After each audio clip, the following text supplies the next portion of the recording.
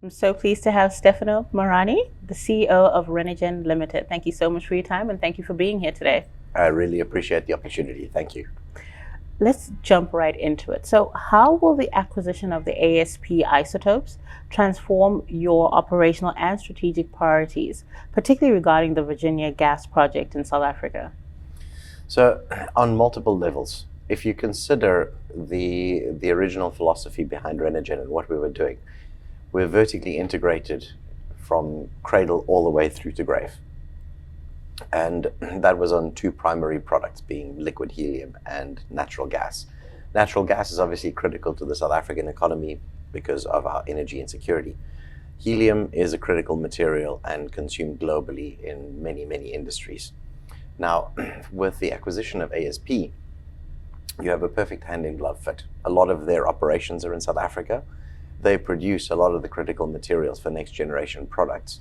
And so when you look at what we managed to do when we assemble the entire business together, we've got vertical integration from cradle to grave on all of our products. But now we also have horizontal integration. And that means that we don't only have one material, we've got silicon for chips, we've got ytterbium, we cover the medical space, we cover space exploration, we cover electronics. There are so many different fields that we cover, including energy generation, both on the LNG as well as nuclear enrichment on the QLE side for uranium. So it's a perfect horizontal and vertical integration, and probably one of the very few critical material companies on planet Earth that has this vertical and horizontal integration. And with phase one now operational, what are the key milestones and timelines for phase two? And how will the ASPI backing help expedite the process? So phase one, we got the plant operational. Plant works, it does exactly what it needs to do. Now, as we've stated in the market, we're ramping up phase one to get it to nameplate capacity. We anticipate that that's going to happen within the coming months. Once we've reached critical nameplate capacity on phase one, we'll then begin the implementation of phase two. Obviously, one of the key differentiating differences between how we were going it alone before, following the acquisition by ASP, means that now we've got access to a much deeper pool of capital vis-a-vis the US capital markets. It's an investor base that understands critical materials. It's an investor base that understands helium. It's an investor base that understands LNG. And for us, we see that as a big differentiating factor, because now it comes with an investor base that has a deep fundamental understanding of what it was that Renergen is really all about. So it gives us significant access to deeper pools of capital. And could you take us through the funding and investment strategy for ASP, and how will this support the LNG and helium production in the Free State province in South Africa? Yeah, so I can't necessarily speak to the broader group strategy on funding. It's no secret that at the moment, as it stands, QLE is in the process of being spun out. So QLE is Quantum Leap Energy, or the division that has now recently signed two offtake agreements. One is with TerraPower and another one with Fermi, who are in the process of IPOing on the NASDAQ. So the long and the short of it is that ASP is in its own phase right now of monetizing certain assets, as well as it's also raised a significant amount of capital in the preceding months. So as a group, it's a very well-capitalized group. When it comes to phase two and the funding of phase two, we've already locked up the $500 million from the US government through the senior loan. We've got another $250 million of debt from Standard Bank. The equity is going to come through a combination of several strategies. Little too early to tell the market just yet what we're doing. Nothing has been announced, but we do have several strategies available to us. And what we're doing now is identifying which of those is going to result in highest shareholder value. And that is the key focus right now. And with that said, how do you plan to position yourself within the global markets for helium and LNG? And what industries are you targeting with the critical minerals and isotopes? All right, so if you consider the different pillars within the group now, and I speak to the group as opposed to speaking of ASP and Renergen, it's now one group. If you look at the group, there are four primary pillars. You've got electronics and space exploration. You've got energy, you've got medical, and then you've got nuclear enrichment. Nuclear enrichment sits in QLE. Reino Pretorius is now the CEO of that division. That division is in the process of being spun out. And that's in the public domain. That has its own progression. The medical division is where we focus all of the short-dated radioactive isotopes. And when I say short-dated, we're talking about metals that have a radioactive half-life of anywhere from a few hours to no more than a few days. And these are generally used in either screening or in certain cancer therapies. That business continues to grow. It has its projections. The intention from there is to increase the number of cyclotrons, where you do the bombardment to create the enrichment. And the idea is to build up a portfolio of radiopharmacies, starting in the United States in due course, and then building that out with our separation technology.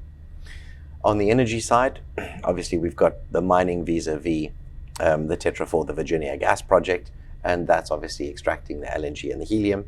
And then on space and exploration and electronics, we've got isotopes such as copper, nickel, gallium, germanium, silicon.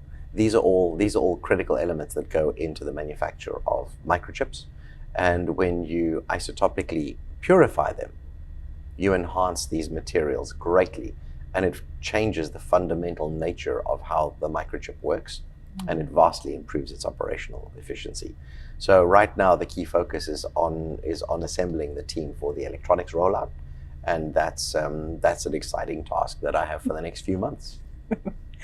That's wonderful to hear. And I'd just like to take you back to phase one. So given the previous delays and technical challenges with phase one, what measures are in place to mitigate the risks and ensure smoother execution for phase two? So there were two primary problems that reared themselves in phase one. The first was that due to the small size of phase one, now to put into context, I think what we have over here is the world's smallest commercial liquid helium plant. Because no other liquid helium plant had been built to that size before, we couldn't get a single manufacturer or OEM that was willing to give us a turnkey project. This was something that we went in with eyes wide open, because there was not a single OEM on planet Earth that was willing to do a turnkey project, because nothing that small had ever been built before. That meant that inherently, because it was the first of a kind, it was going to have some challenges.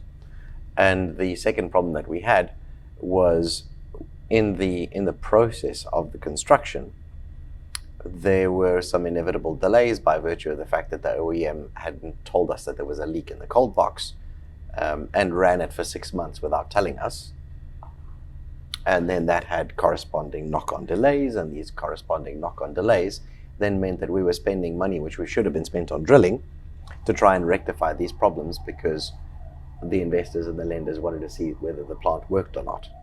And so that meant that we needed to divert capital.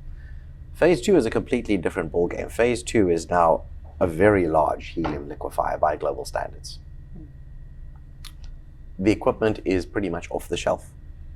We've got an incredibly reputable OEM in the form of Chart Industries, who, through their subsidiaries, have built most of the helium liquefiers on planet Earth. And most importantly, the consortium, the Helium for You consortium, which comprises of companies such as WHO, such as Chart Industries, and a number of others. The important thing over here is that the entire thing is going to be wrapped in the form of a turnkey solution, which means that we're transferring the risk from ourselves over to the OEM. And that's the fundamental difference. And then obviously, being part of a listed organization in the United States, access to capital is significantly easier. So we've overcome the two primary stumbling blocks that we had in phase one that we needed to overcome through the current setup that we have. And just my final question, we're here at African Energy Week. What are your key objectives that you hope to get out of this event? And how do you see it supporting your growth and investment plans going forward? So I think events such as this, let me take a step back and consider the bigger picture of what Energy Week is about and what's being achieved here. I think awareness of the fact that South Africa and Southern Africa, and actually the continent as a whole, has these magnificent energy deposits is really important. The other thing that's really important is that while these nations and so many countries in Africa have the same problem where we are endowed with a lot of energy, the countries still happen to be energy insecure. And that's because there isn't enough refinery going on. There's too much exports, not enough focus on domestic capability building, all sorts of things like this. And every country has its own unique quirks and idiosyncrasies. Events like this are really important because it's showcasing the investment potential on the continent. And you look at the slogan of AEW, and it's eradicating energy poverty by 2030. I think that's kind of paraphrasing, not quite exact, but I hope I did it justice. But it's so true, because if you think about what we need to do as a continent, we need to club together and we need to give ourselves complete energy independence.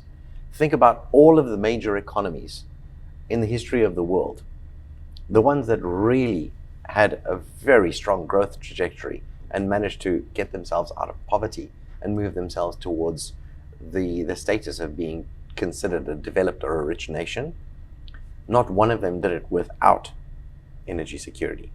So events like this are really important for the leaders, the business leaders, the political leaders, and the investors to see just what Africa really can do. And from my perspective, happy to play my part and just give input wherever someone asks. Fantastic. Thank you so much for your time, and thank you for being here today. I really appreciate it. Thank you. Thank you.